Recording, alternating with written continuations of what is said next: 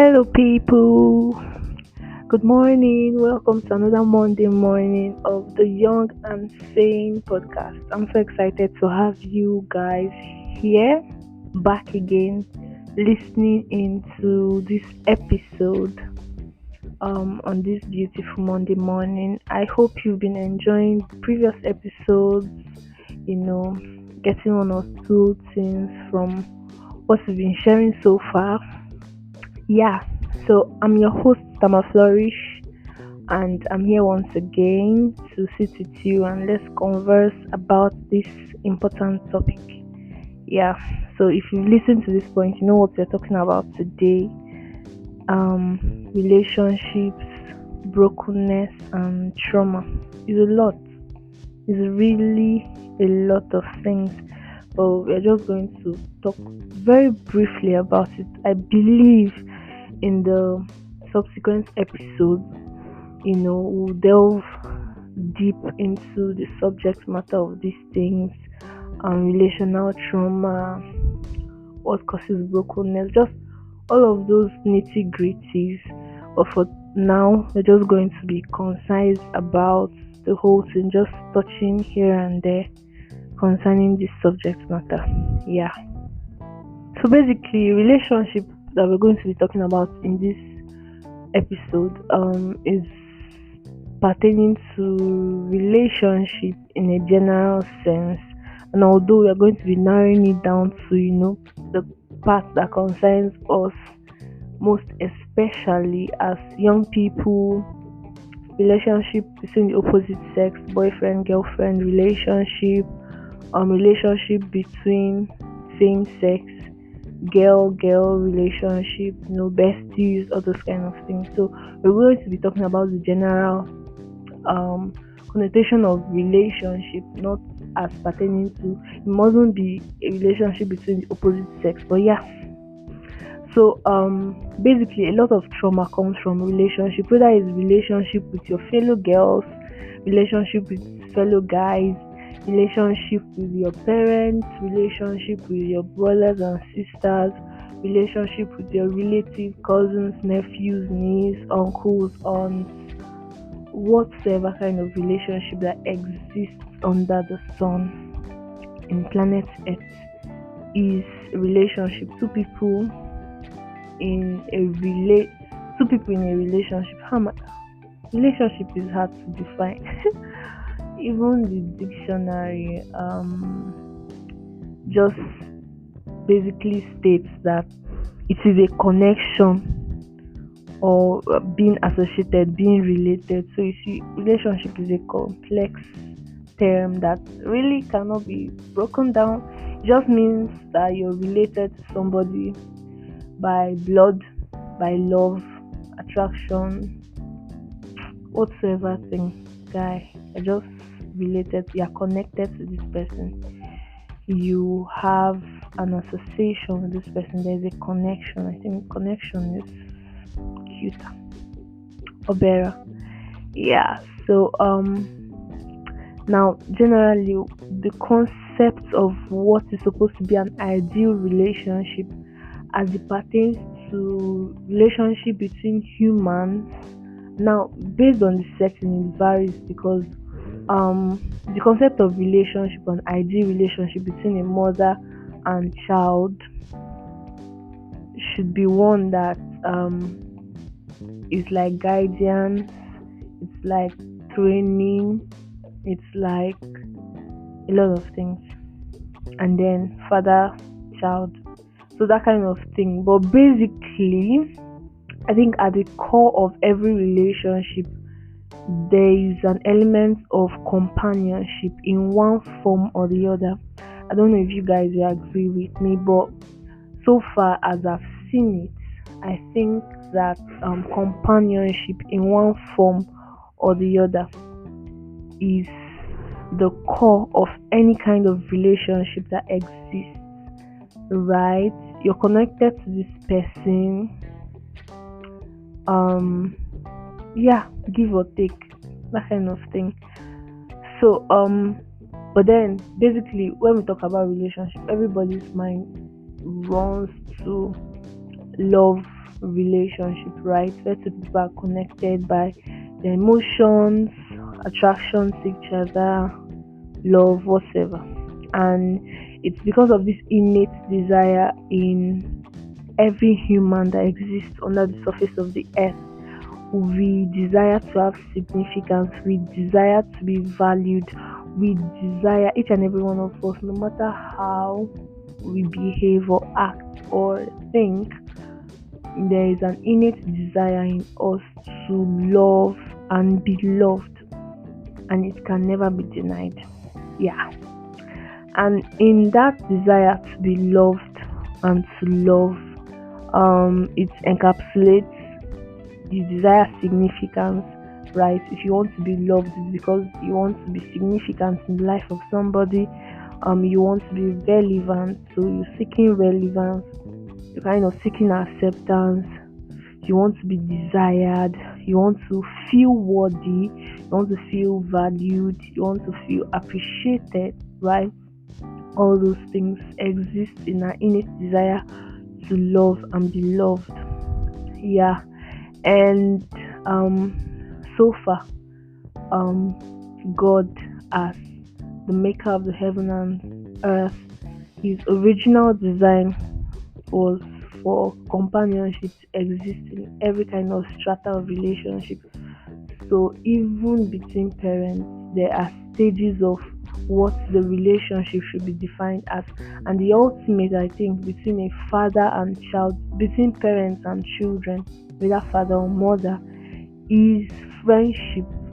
If there is no friendship, there is no friendship kind of relationship between father and mother. It just be like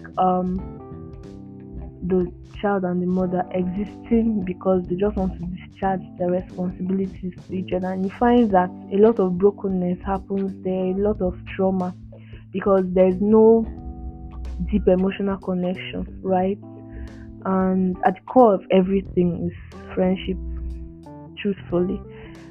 So for me, I think that God's original design for relationship was for there to be companionship. No man can exist as an island, and so the reason why we need to be interdependent on each other to give each other the feeling of company, love, serve, value, appreciate other people. And the core, the basic values of actually achieving this companionship is built on honesty, communication, is built on mutual love, mutual trust, mutual affection.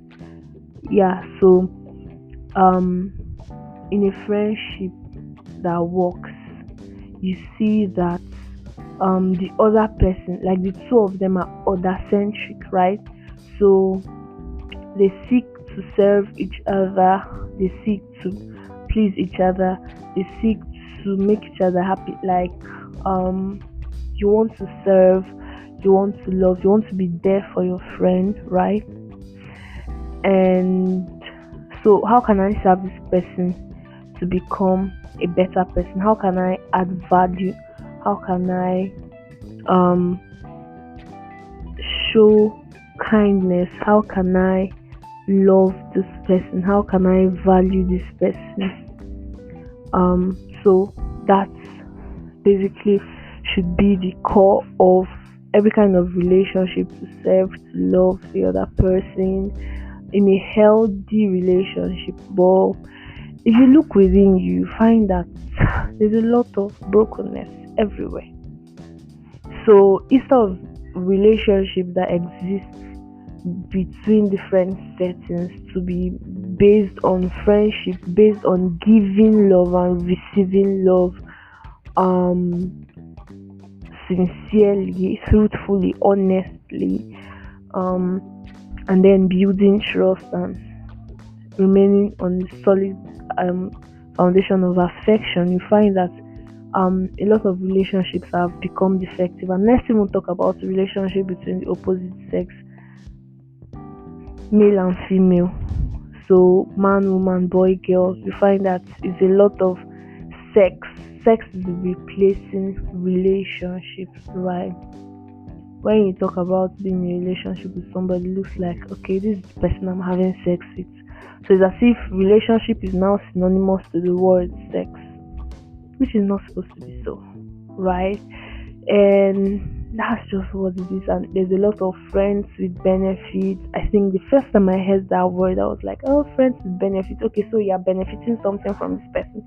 I said, no, like, understand. And I was like, and when they told me sex, I was like, wow. So sex, the other synonym now for sex is benefit. And also on the flip side, so it could be that a lot of people want to say is men, that because of their desire to have sex and all that. And anyway, from what I've seen in recent times, a lot of women too desire sex, and it's as if men and women are competing who has more desire for sex and all that.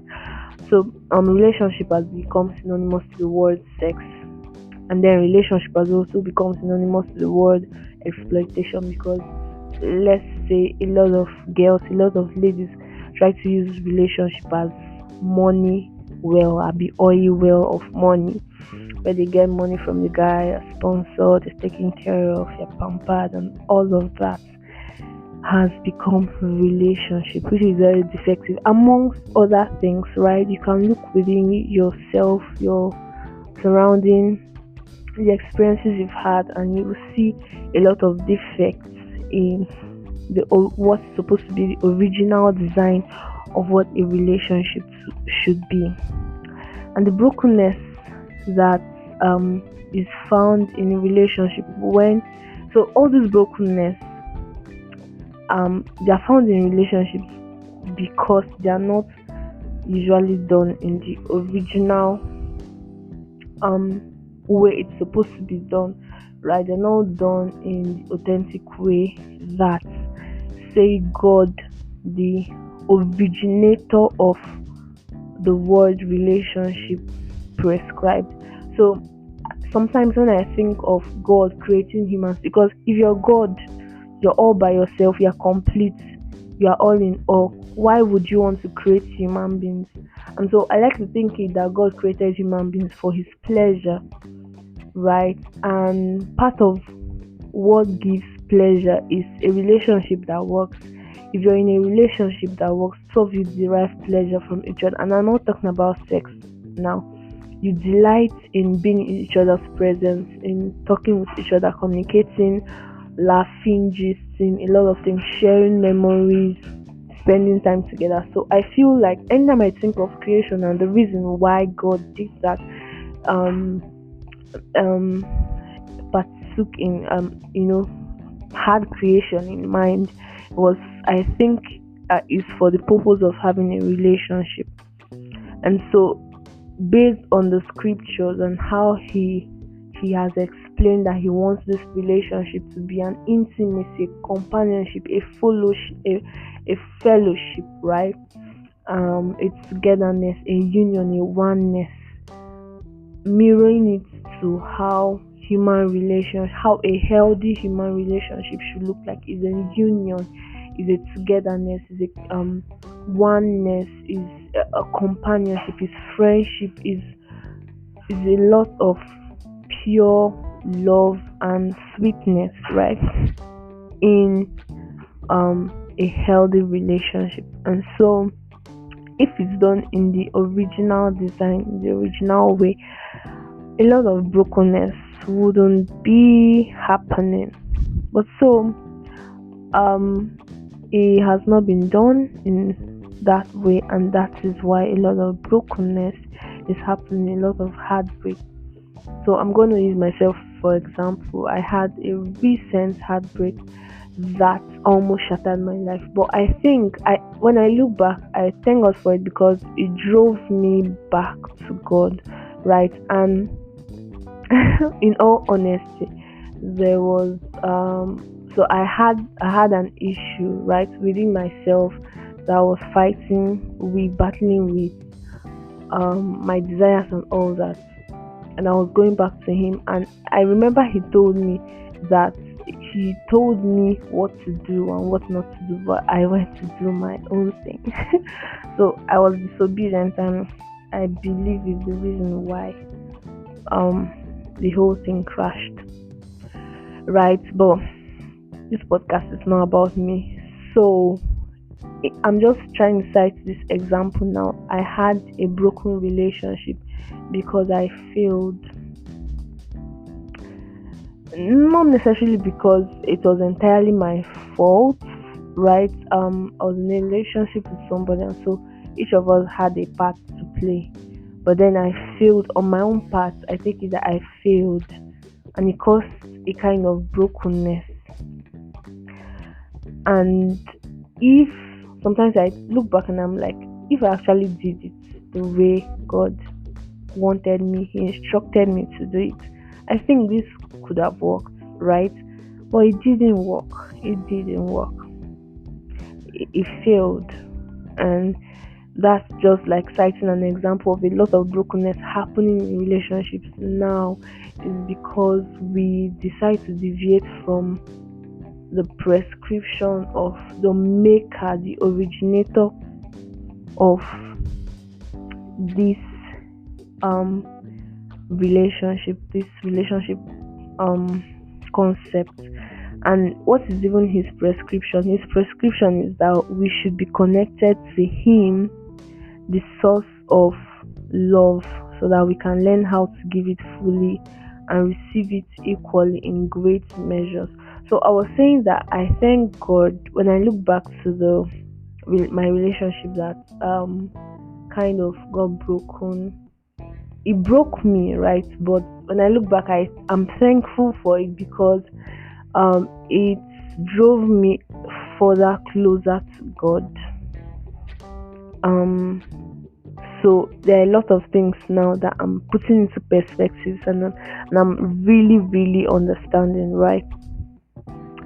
And it's something I'm grateful for. But however, it was very painful, very extremely painful. And I think if I didn't go closer to God, if it didn't drive me closer to Him, I would not be talking to you right now, because I'll be running on the streets very mad. I was that emotionally attached to this person, deeply emotionally attached. So, but I'm grateful that so God's hand is in it, both in the time it was working and when it stopped. So I'm still here. God be praised. I'm good. Everybody's fine.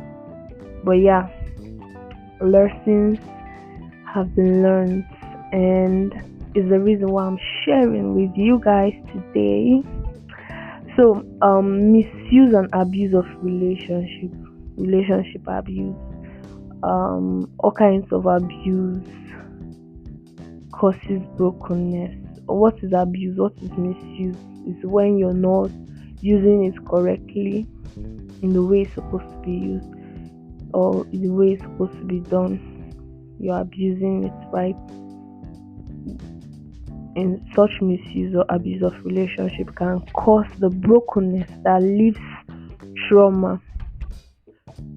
So trauma is kind of the meaning we attach to experiences.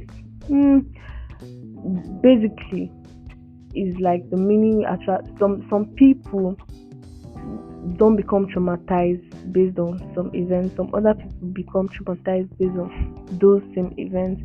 So it feels like trauma is like the meaning we attach to, or feelings we attach to experiences that have happened to us. And such feelings can be devastating feelings. Say a betrayal of trust, right? Cheating, infidelity can cause trauma on the other person, right? And so that's the kind of brokenness that leaves trauma on the soil of the heart.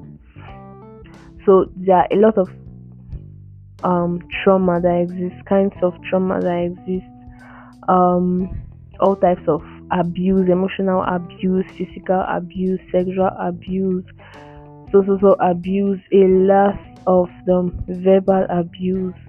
There's just a lot. And going for that self, there are a lot of people that don't even recognize that, hey, I've become a broken person based on probably the kind of relationship I had with my parents. I've become a broken person based on the kind of relationship I had with my friends. They did this to me that made me to begin to believe this, and I'm a broken person. Like, a lot of people don't even know that they are broken people, and because they are broken, right? They are broken because there are traumas existing in their heart, a feeling that has not been dealt with, a thought that developed from the feeling that has not been dealt with, and that thought has graduated to become a belief system, a value system. So it's like a stronghold, and they don't know that these things are deep-seated trauma. These things are brokenness that exists in them, and then people move forward even with those brokenness and trauma to build all kinds of relationships, and it causes some deficits, right? It leads to more brokenness, because if two people that have trauma, if two broken people come together and are in a relationship, what are they relationshiping? Isn't there a lot of brokenness and hurting each other? The problem with us is that a lot of us are not even self-aware. We don't even know that we are traumatized, or even if we know, the discipline to sit back and do a soul work, or do the hard work of self-awareness and trying to get into the journey, draft yourself into the journey of healing from such trauma, is a very deep work, and a lot of people don't have the strength to indulge in that, and so they will prefer to live and operate and even build more and more relationships from the place of trauma. And that's what is happening in this generation. You look everywhere, a lot of people are just broken. If you I don't know, but I've sat down to listen to people and just tried to gain insight into their thought process and their belief system, and the things that came out from their mouth was so alarming. I remember one of such times I had a discussion with a person, and then he said something that the greatest achievement for a woman is marriage. I was speechless, right? How can you say that the greatest achievement for a woman is marriage? It got me angry, but again, now this person now began to defend what he was saying, and instead saying that I'm reacting, because women are so emotional, I'm trying to be emotional in my response to what he has said. And I'm like, guy, hold up. First of all, men and women are humans. Marriage is something that both parties desire, no matter how you think it or you think it's not. And for a guy, if marriage is not the greatest achievement for a guy, then marriage cannot be the greatest achievement for a woman. Like, it got me mad. I cannot even begin to explain. But I sat down to think, wow. So a lot of guys actually think that marrying a woman is like doing the woman a favor. And recently I was just thinking about something that happened to me recently, and I was like, wow. So guys just sit down and think that for them to reward this girl for being a fine girl, or for them to give this girl an award or a reward or something like that, they have to marry that girl. as a reward. I don't know, it got me crazy. And so you see that all these kinds of mindsets came from a place. Is either it was passed down by intergenerational trauma, because their parents, they saw a lot of things in the society, saw a lot of women desiring to be married, desiring to bear a man's name, all those kind of things, and then it formed a concept in their mind that marriage must be the greatest achievement of a woman because of the way women seek to get married. And even the way, and people don't even sit down to like think, okay, the way people are desiring to get married so much could also be a trauma response. You are so desperate to be in a relationship, you're so desperate to be loved, you're so desperate to be desired, like it's a desperation. There is that innate desire in everybody, but I feel like when it becomes excess, then there's something that's not wrong, right? Everybody should have a healthy amount of desire for that, and that's fine. But the desperation, and so probably they were around such people that had those desperations and all those kind of things, you know, just a lot of things, and then it forms that mindset. And you see that kind of person is going to get into a relationship with that kind of thoughts, and probably will get married to a woman that has a lot of trauma. And you can imagine what the relationship would be. You treat the woman like less of a woman, like, have you not achieved the greatest thing in your life? That kind of person can make his wife not work, because what are you working for? You have your husband here, what are you? All those kind of things, guys, like, is a lot. So you see that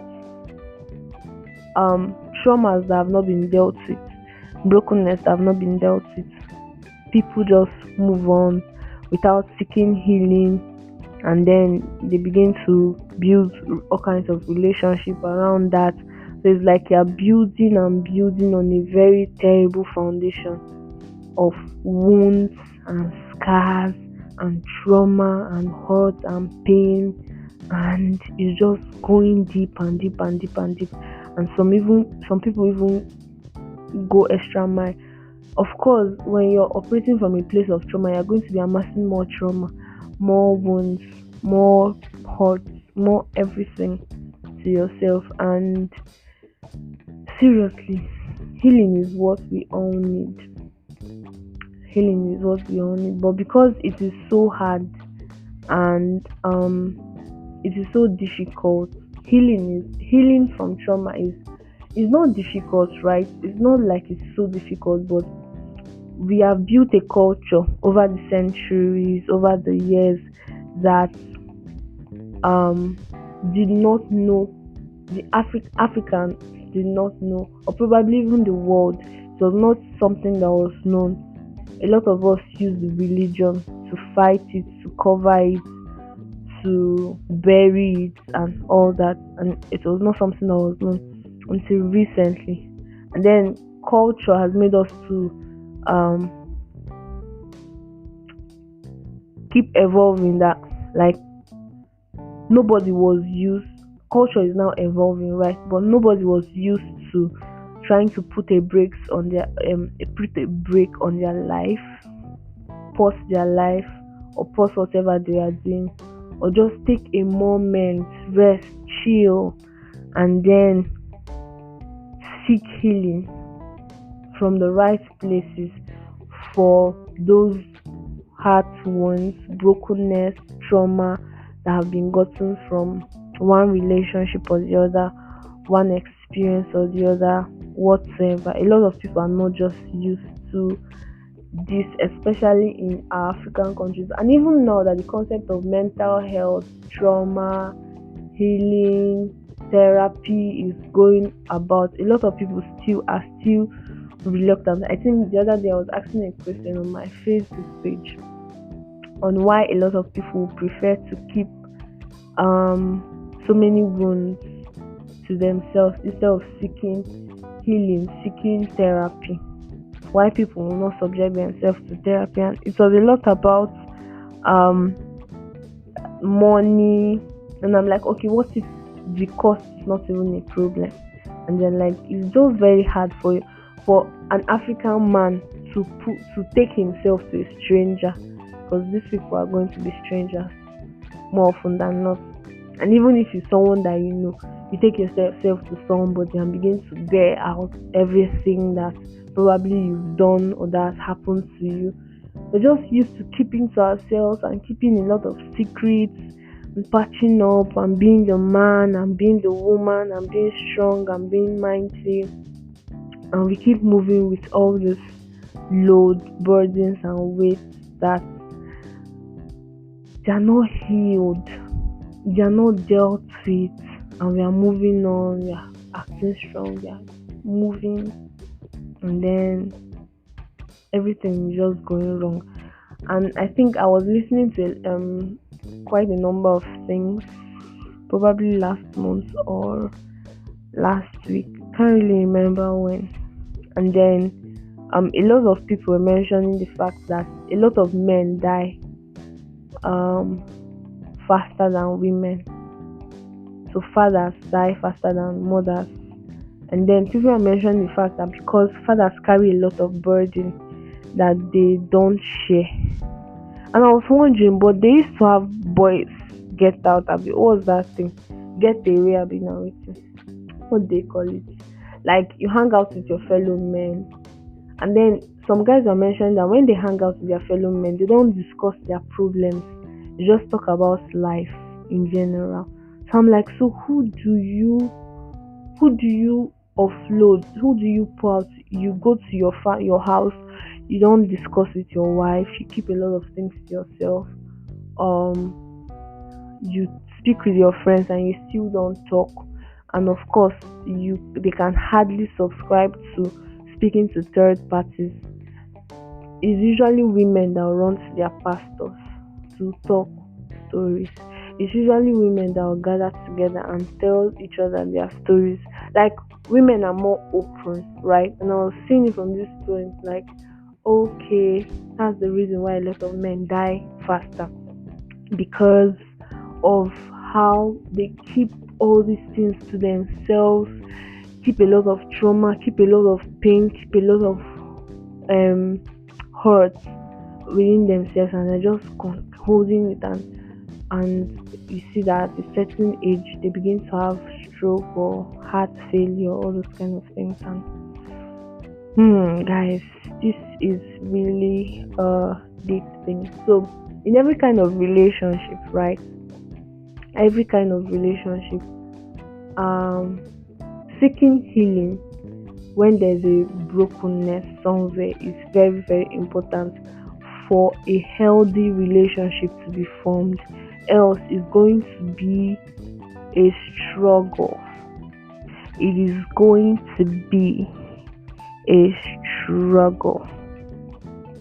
So the average African, the average man, the average person is used to moving on, patching up and moving on. You just keep going. Everybody carrying the slang of you have to be strong, stop crying on people's shoulders, a strong man does not cry, blah blah blah. I think we are going to have a podcast where we really sit with the guys and gist about these things, because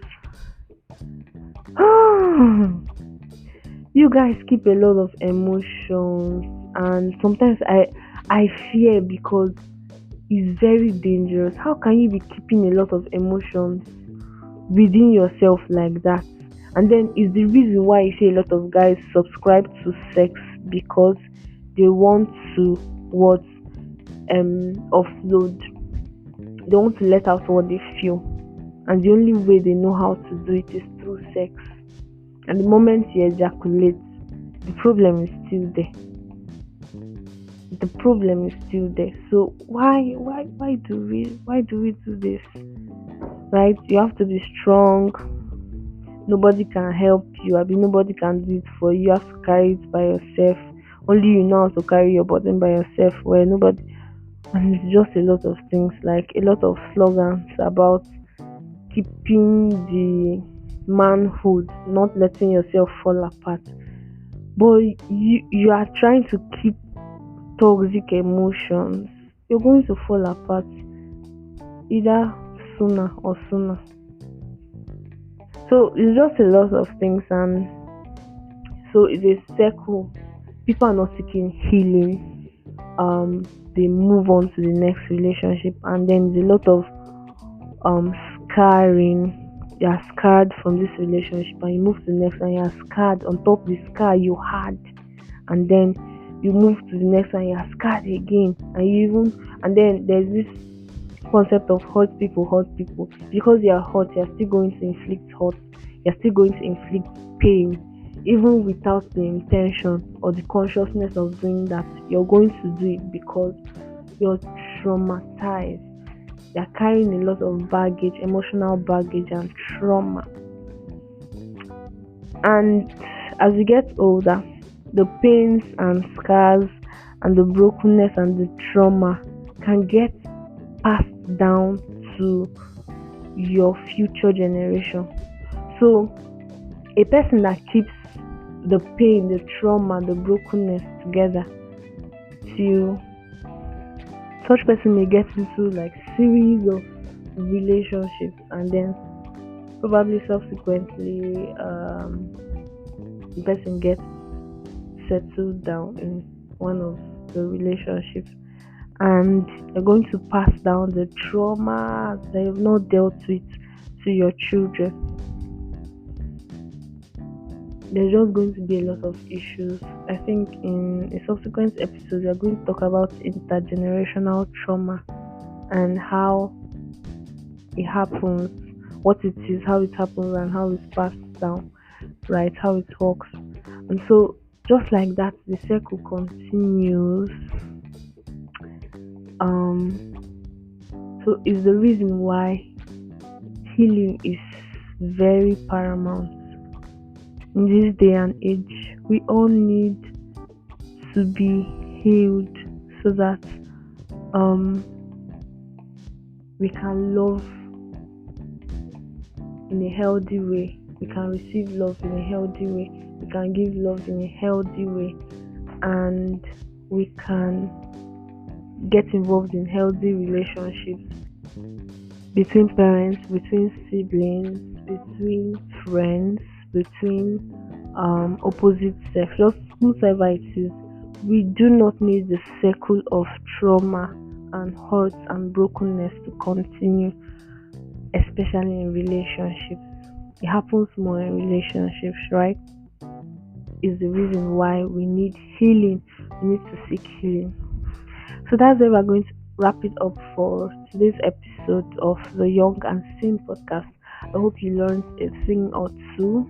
So as we continue to journey, I would really, really appreciate that you look within and become self-aware of those trauma. When we begin to talk maybe on subsequent episodes about the specific traumas and the behaviors that are attached to it, I believe each and every one of us are going to delve deep to become self-aware of ourselves, how we react, how we relate, and find out if we are exhibiting any of these trauma and symptoms, if we have any of the trauma that are going to be discussed in subsequent episodes. So I hope to see you next time. I hope you listen in on the next episode. Thank you so much for listening to this point. I appreciate your patience. I appreciate everything. I'd love you to drop a comment below. Yeah. And I'm going to shout out to you when I see your comments below in the next episode. Thank you so much, guys. Have a nice day. Bye-bye.